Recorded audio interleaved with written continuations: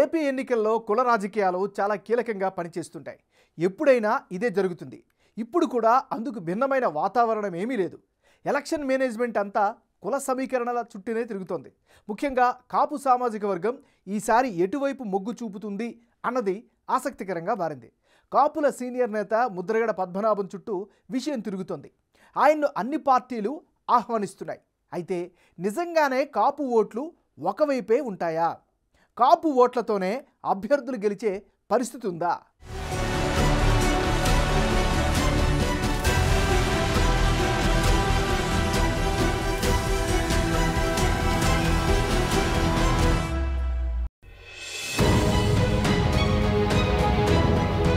ఏపీలో కుల సమీకరణాలు రాజకీయాలు హైపిచ్కు చేరాయి.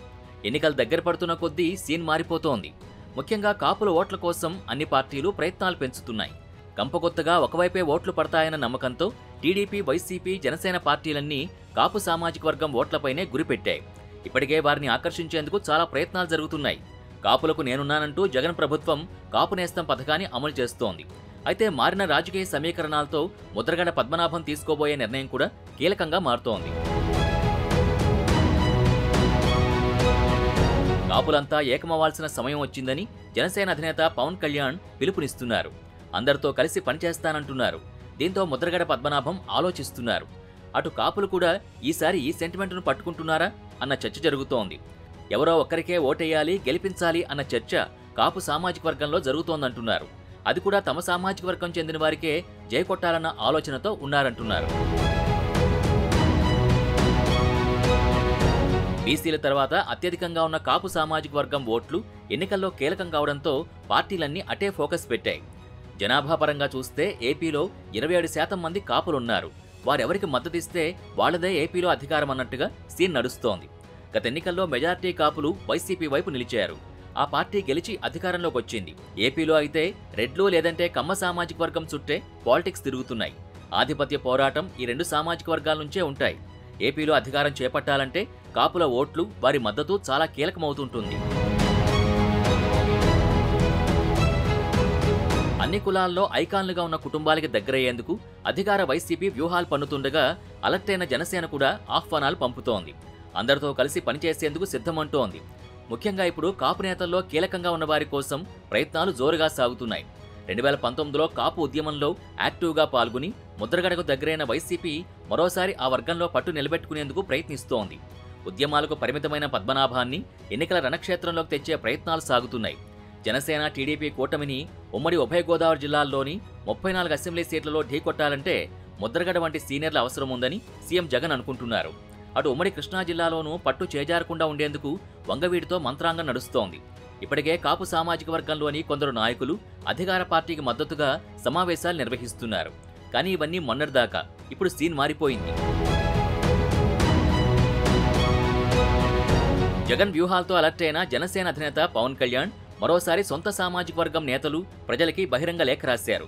కొందరు పెద్దలు తనని దూషించినా దీవెనలుగానే తీసుకుంటానని చెప్పడం ద్వారా ఒక మెట్టు తాను దిగేందుకు సిద్ధమే అని సంకేతాలిచ్చారు. ఇప్పటికే ప్రభుత్వ వ్యతిరేక ఓటు చీలవద్దు అన్న ఉద్దేశంతో ఉన్న పవన్ టీడీపీతో జట్టుకట్టారు. అదే సమయంలో తమ సామాజిక వర్గం ఓట్లు చీలకుండా వ్యూహంతో ఉన్నారు.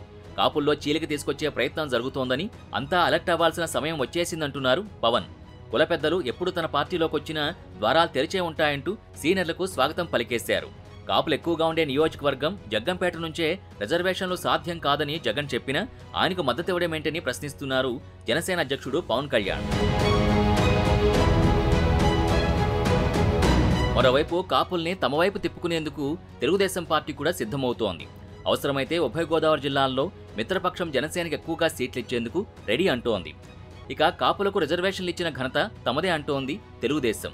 ఉమ్మడి ఉభయ గోదావరి జిల్లాలు ఏ పార్టీ వైపు క్లీన్ స్వీప్ అయితే ఆ పార్టీకి అధికారం వచ్చేందుకు ఆస్కారం ఎక్కువగా ఉంటుంది. ఇక్కడే కాపు సామాజిక వర్గం ఎక్కువగా ఉంటుంది. టీడీపీతో పొత్తులో భాగంగా కాపు సామాజిక వర్గ ఓట్లు అధికార వైసీపీకి పడకుండా చాలా వ్యూహాత్మకంగా వ్యవహారం నడుపుతున్నారు. అయితే ముద్రగడ లాంటి కాపు సామాజిక వర్గ నేత తటస్థంగా ఉండడంతో అధికార విపక్షాలు తమదైన ప్రయత్నాలు చేసుకుంటున్నాయి. ఆయన్ని చేర్చుకుంటే కాపు వర్గం ఓట్లని ప్రభావితం చేయొచ్చని అనుకుంటున్నారు. 2014 నుంచి 2019 మధ్య కాపు రిజర్వేషన్ ఉద్యమాన్ని ముద్రగడ నడిపించారు. ముద్రగడ పద్మనాభం ఏర్పాటు చేసిన తుని సభ తర్వాతే రైలుకు ఆందోళనకారులు నిప్పంటించారు. ఈ ఉద్యమంలో యాక్టివ్గా పాల్గొని ముద్రగడకు దగ్గరైన వైసీపీ మరోసారి ఆ వర్గంలో పట్టు నిలబెట్టుకునేందుకు ప్రయత్నిస్తోంది. మరోవైపు చంద్రబాబుకు వ్యతిరేకంగా చాలాసార్లు ముద్రగడ పద్మనాభం మాట్లాడారు. టీడీపీకి మద్దతు ఇవ్వడంపై పవన్ కళ్యాణ్ పైన ఆయన తీవ్ర విమర్శలు చేశారు. ఇప్పుడు అదే టీడీపీ తరపున జ్యోతుల నెహ్రూ వెళ్లి ముద్రగడను కలిశారు. టీడీపీలో చేరాలని ఆయన కోరారు. మరోవైపు జనసేన తరపున బొలిశెట్టి శ్రీనివాస్ కలిసి పార్టీలోకి రావాలని ఆహ్వానించారు. ప్రతిపాడు నుంచి పోటీ చేయాలని జనసేన నుంచి ముద్రగడకు ఆహ్వానం అందింది. త్వరలో పవన్ కళ్యాణ్ కూడా ముద్రగడని కలుస్తారని జనసేన పార్టీ నేతలు చెబుతున్నారు. ముద్రగడ చేరితే కాపు ఓటు బ్యాంక్ తమ వైపే ఉంటుందన్న ఆలోచనలో అన్ని పార్టీలు ఉన్నాయి. అందుకే ముద్రగడ కోసం తీవ్ర ప్రయత్నాలు చేస్తున్నాయి. అయితే కాపుల్ని ఆయన ఇంకా ప్రభావితం చేసే పరిస్థితి ఉందా అన్న చర్చ జరుగుతోంది. అయితే గెలుపు కోసం ఏ చిన్న ప్రయత్నం కూడా విడిచిపెట్టద్దన్న ఆలోచనతో వైసీపీ, టీడీపీ, జనసేన ఉన్నాయి. అయితే పద్మనాభం కోసం రాయబారాలు తీవ్రస్థాయిలో నడుస్తున్న వేళ ఆయన ఎటువైపు మొగ్గు చూపుతారన్నది కీలకంగా మారింది. ముద్రగడ పద్మనాభం 2009 నుంచి క్రియాశీల రాజకీయాలకు దూరంగా ఉంటున్నారు. అలాంటిది ఇప్పుడు రాజకీయ పార్టీల ఆహ్వానంతో పోటీలోకి దిగే పరిస్థితి ఉందా అన్నది చర్చనీయాంశంగా మారింది. గతేడాది మేలో తుని రైలు దగ్ధం కేసులో విజయవాడ రైల్వే కోర్టు ముద్రగడను నిర్దోషిగా ప్రకటించిన నేపథ్యంలో పద్మనాభం ఇటీవలే ప్రజలకు బహిరంగ లేఖ రాశారు. తన జాతిని అమ్మకం పెట్టడం గానీ, తాకట్టు పెట్టడం కానీ చేయలేదని అన్నారు. ఉద్యమాలే ఊపిరిగా నడిచానని, జీవితమే పోరాటం, పోరాటమే జీవితంగా ఉద్యమాలు చేశానని అన్నారు. తనకు పదవీకాంక్ష లేదని, గతంలో ఎన్నో పదవులు వదులుకున్నానని ముద్రగడ అప్పటి లేఖలో గుర్తు చేశారు. త్వరలో రాజకీయ భవిష్యత్తు ప్రకటిస్తానని కూడా చెప్పేశారు.